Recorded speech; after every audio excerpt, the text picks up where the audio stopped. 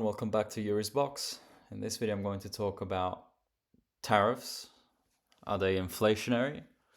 If you like this kind of content, consider leaving a like. And as usual, nothing in this video is financial advice. So, to kind of lay the groundwork, I actually made my first video on February 12th. Now, February 12th, if you recall, is exactly when we had the hot CPI reading. And I thought it was the right time to make a video on why I thought that, given where we are, inflation fears are overblown, and that from here on out it pays to be optimistic on inflation.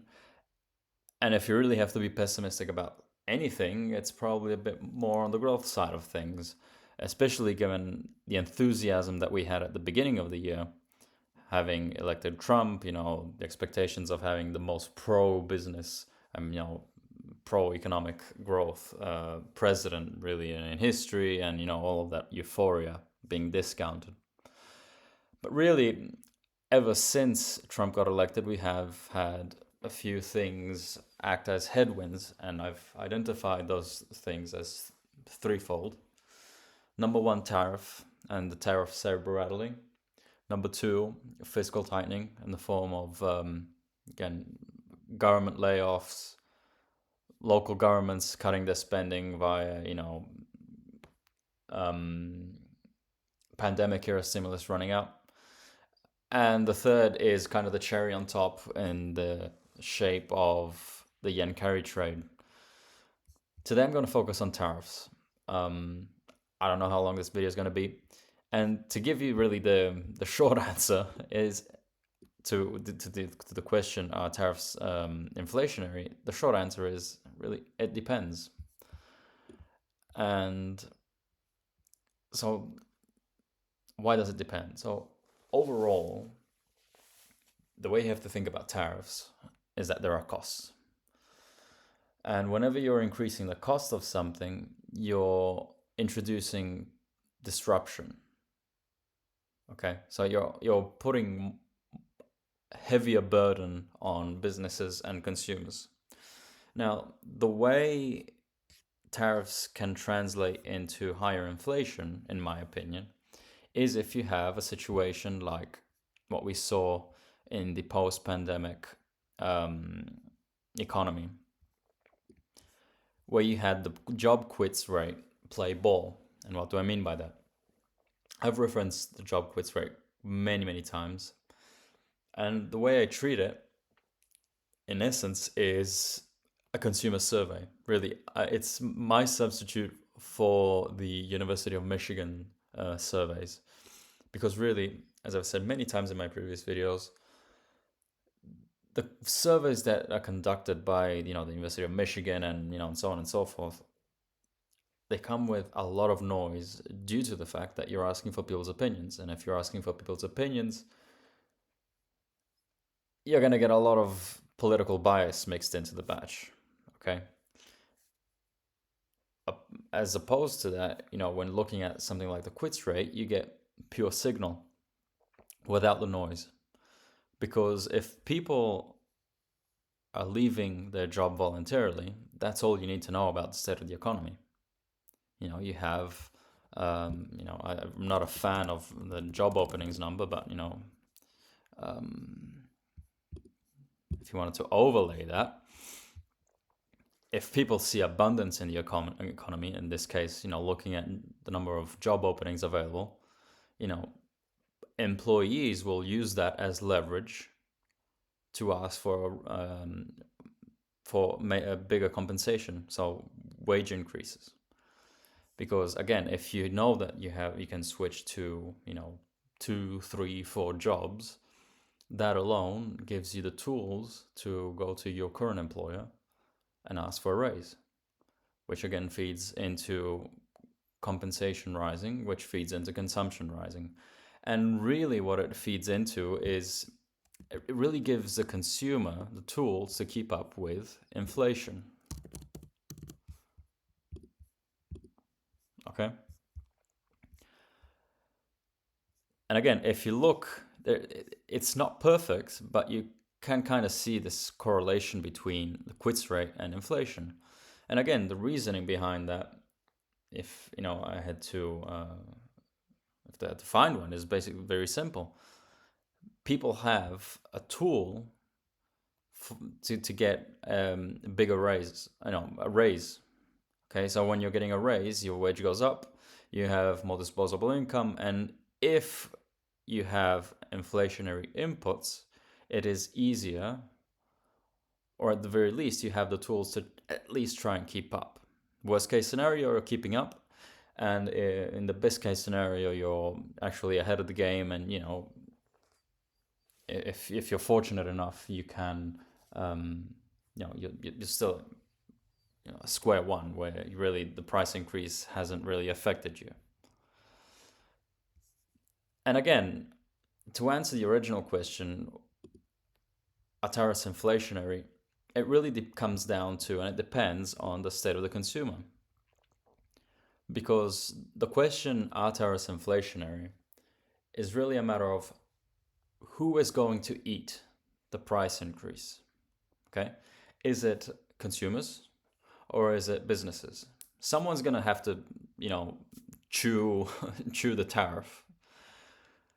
If it is consumers, it is likely because the state of the consumer is strong, because they have the tools to keep up with that price increase. If it is the businesses, it's because they can't pass on those increased costs to the consumer. And so they'll have to, figure out a way of compensating that increased cost. And really, this pushes us towards, a bifurcation. You either take two different roads at this point. If we are in a place where the consumer is stronger, then you could make the argument that a tariff increase could feed into inflation and could be a source of a new inflationary impulse. If, on the other hand, the state of the consumer isn't strong and businesses have to end up eating the cost, well, then tariffs actually have, the opposite effect. So really a deflationary impulse. Because again, if you're a business, what you really have to defend is your margin, how much you're making, relative to your expenses. If your expenses go high and it's eating into your margin, the only real tool you have, because you can't pass on that extra cost to your consumer, so you can't really raise your revenue, the only tool you have at your disposal are, you guessed it, layoffs. Okay? So, again, to answer the original questions, are they inflationary or not? What you have to look at in the following months is who is eating the costs.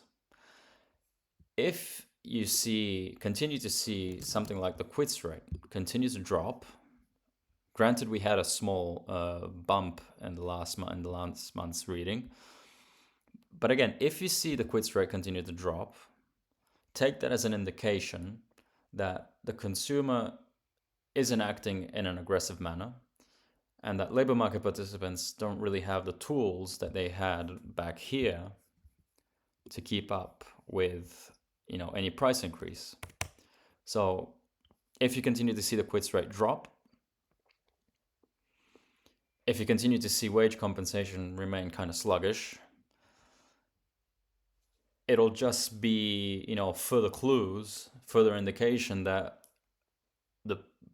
who is going to end up eating that increased cost are businesses. And again, if I had to, and this is again my opinion, I could easily be wrong, by looking at something like the quits rate, I would guess that who is going to end up eating most of the increase in prices, if we do, in costs, pardon me, if we do end up having, these tariffs remain structural, it's going to be businesses. And again, the only real tool businesses have at their disposal to keep up with the increased costs again, given the fact they can't pass on that increased cost to consumers, are layoffs. And if you see increased layoffs, the irony of raising prices is that higher prices are deflationary, because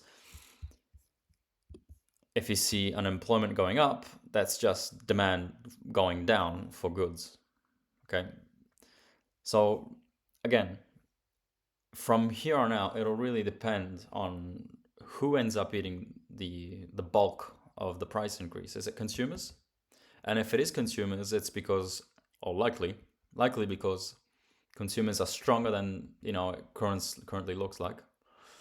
If on the other hand, consumers just quit, they can't and they won't buy that particular good because again they just can't keep up with the price increase, because if good A goes up, you have to kind of compensate somewhere else. You're spending less on something else.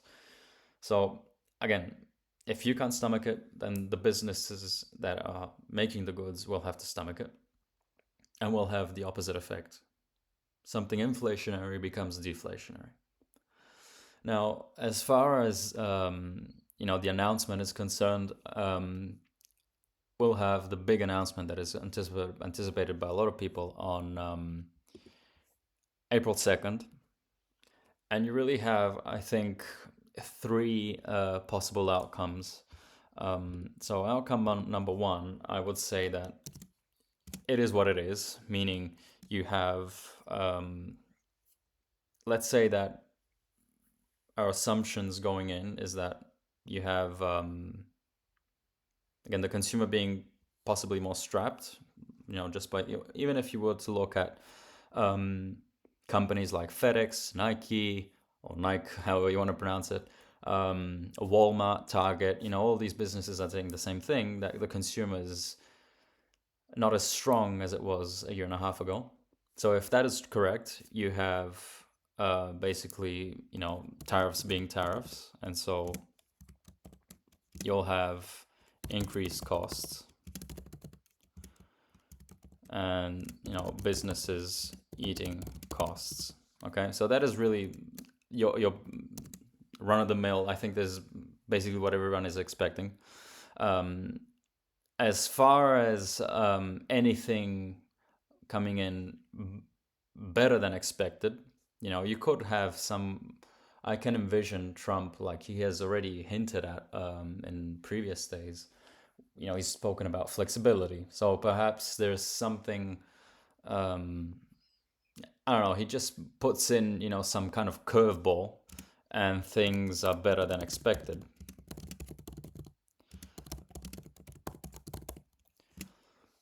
Which is kind of the neutral outcome. Okay, if you want to, let's put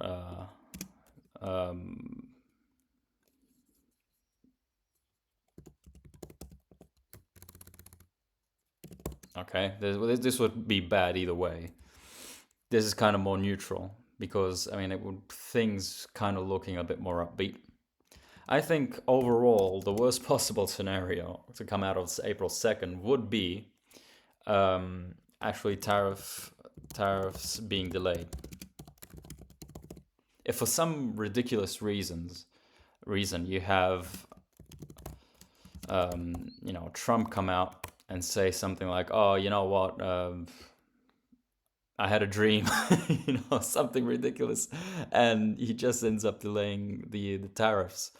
I think that would just be, excuse me, the worst case scenario for in general, really, because it wouldn't, the reason I put things coming in better than expected at neutral is that yes, you have potentially lower tariffs, but you're still looking at tariffs, and so you're back at square one. A tariff is an increase in costs, so it's bad news. In the short term, you can potentially spin it as a positive, because again, like say you could see that in equities, for example, if you see lower tariffs being introduced, or potentially something that is above the worst case scenario, you could see, as I pointed out in my previous videos, equities rally, for example. Okay, at least in the short term. In the longer term, it's more of the same. Okay, so because it's just an increased cost. I think that case number three would be the absolute, probably worst case scenario, because again, one of the biggest problems right now that we have with tariffs is that businesses don't know what they're going to have to deal with. Do we have tariffs or do we not have tariffs? And to a certain extent, I would imagine that knowing that you're going to have tariffs is better than not knowing whether you're going to have tariffs or not. Because at the very least, you know what kind of a framework you're working in. Okay, if you have to deal with tariffs, then okay, good, you got it out of the way. You know what you have to do. Let's face the music, do what we have to do to keep business going.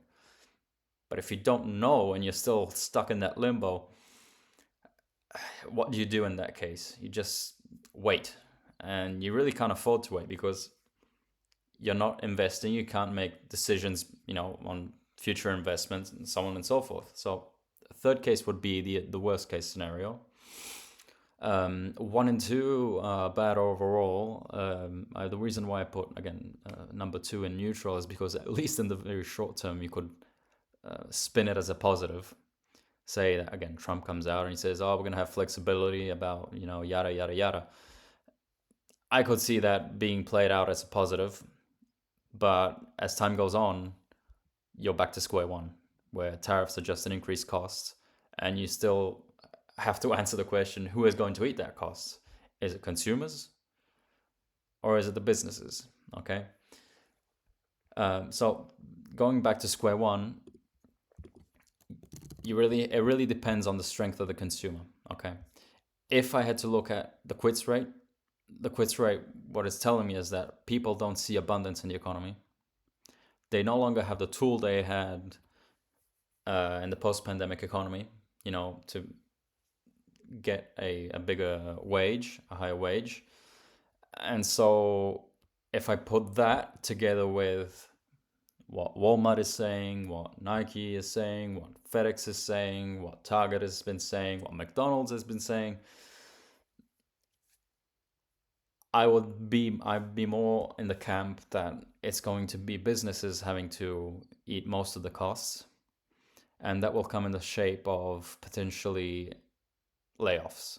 Okay, and that also kind of fits in well with again my base case that when it comes down to jobless claims is that we're going to see something that is similar to what we saw last year, where we had initial jobless claims slowly drift higher towards the summer, and then we'll have to assess in July potentially where we are. Okay, and again, depending on how things evolve right now, it'll make the backdrop in July, take a different kind of tinge. Okay. So really, tariffs inflationary or not, it depends on who has to eat them, who has to chew the cost. You could make the case for, either way, really, at this point. If I had to go off of the, just looking at what I'm seeing, in the quits rate and what I've been seeing with Walmart, and all these, consumer-facing companies, they're not pointing to a consumer that is particularly keen on further price increases.